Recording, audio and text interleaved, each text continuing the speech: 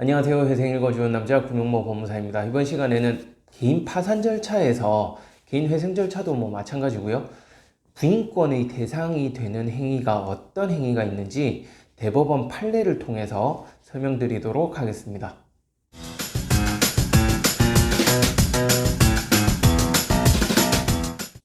우선 부인권이 무엇이냐? 부인권이라는 건 파산 선고 전에 채무자가 파산 채권자를 해하는 행위를 한 경우 그 행위의 효력을 부인하고 일탈된 재산을 파산 재단에 회복하기 위하여 파산관제인이 행하는 법률상 권리입니다. 채무자의 재산을 감소시키는 행위라고 보시면 돼요.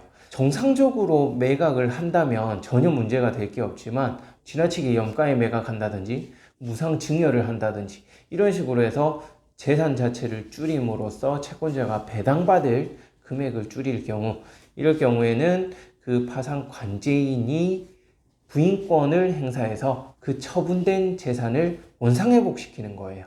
그리고 부인권과 관련해서 판례의 내용을 제가 설명해 드릴게요.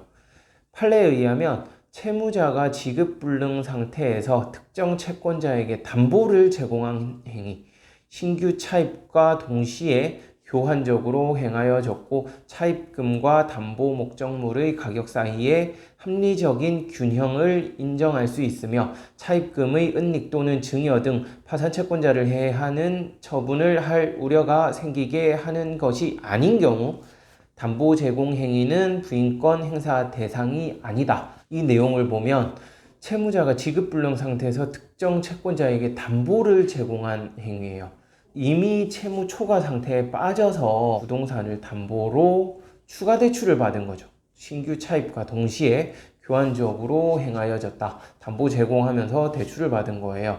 그래서 차입금과 담보 목적물의 가격 사이에 합리적인 균형을 인정할 수 있으며, 즉 내가 빌린 돈에 합당한 정도의 담보를 제공한 거예요.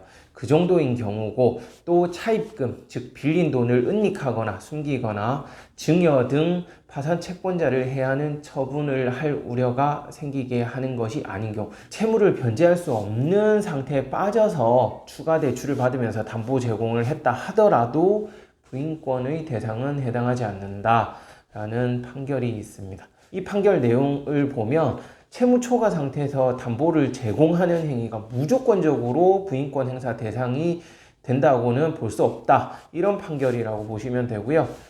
두 번째 판례 내용을 보면 부인권 행사의 대상 행위라고 하더라도 이로 인하여 이익을 받은 자가 그 행위 당시 파산 채권자를 해하게 되는 사실을 알지 못한 경우에는 부인할 수 없으나 그와 같은 수익자의 악의는 추정되므로 수익자 자신이 그 선의에 대한 증명 책임을 부담한다. 이 판결 내용은 부인권 행사 대상 행위라 하더라도 예를 들어서 유일한 부동산을 매각을 했어요.